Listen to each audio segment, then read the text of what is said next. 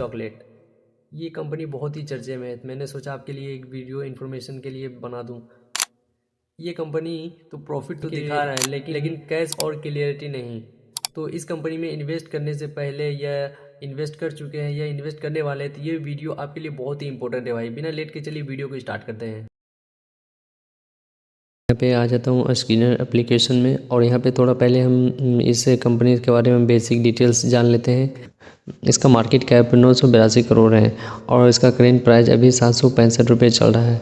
और इसका high and low यानी कि इस साल का हाई एंड लो है, यहाँ आपको दिखा रहा है 1525 से 545 यानी कि 1 ईयर्स का दिखा रहा है। बुक वैल्यू यहाँ पे आपको 49 रुपये दिखा रहा है, बुक वैल्यू 49 रुपये दिखा रहा है। ये बहुत इंपॉर्टेंट रोल निभाता है भाई। इसके हम थोड़ा आगे वीडियो में हम जानेंगे डिटेल्स में। चलिए थोड़ा सा हम आगे देख लेते हैं। चार्ट में आप देख रहे हैं 1 ईयर्स में तो कंपनी 2400 के आसपास था, तो धीरे धीरे करके सेलिंग पोजीशन बना और धीरे धीरे करके नीचे आ गया और अभी चल रहा है 765 रुपये के आसपास।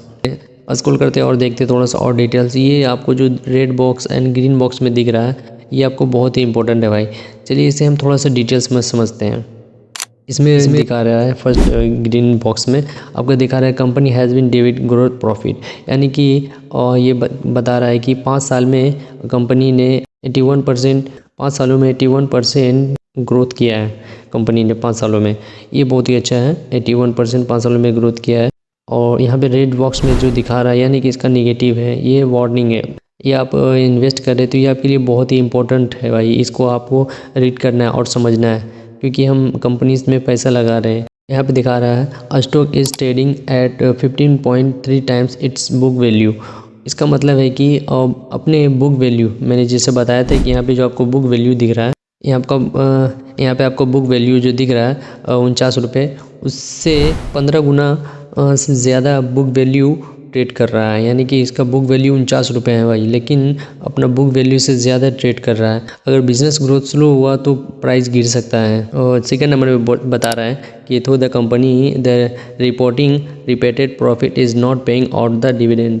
इसका मतलब ये है कि कंपनी बोल रहा है कि प्रॉफिट है पर शेयर होल्डर को कैश रिटर्न नहीं मिल रहा है।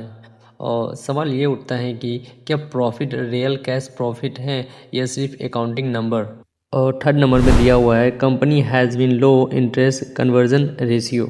और इसका मतलब है कि इंटरेस्ट एक्सपेंस को प्रॉफिट से घटाने के बजाय एसेट के कॉस्ट में जोड़ दिया जा रहा है। और इसका मतलब है कि प्रॉफिट ज़्यादा दिखा रहा है और रियलिटी छुपी हुई है। तो ये सभी हमें ध्यान रखना है। और 5 नंबर में दिया हुआ है earning include on the other income. और इनकम में दिया हुआ है अदर इनकम में 24.9 करोड़। प्रॉफिट का एक हिस्सा मैन बिजनेस से नहीं बल्कि यानी ये इनकम हर साल रिपीट नहीं होती है। 6 नंबर में दिया है debtor day have increase from 53.2 से 84.7 डेज।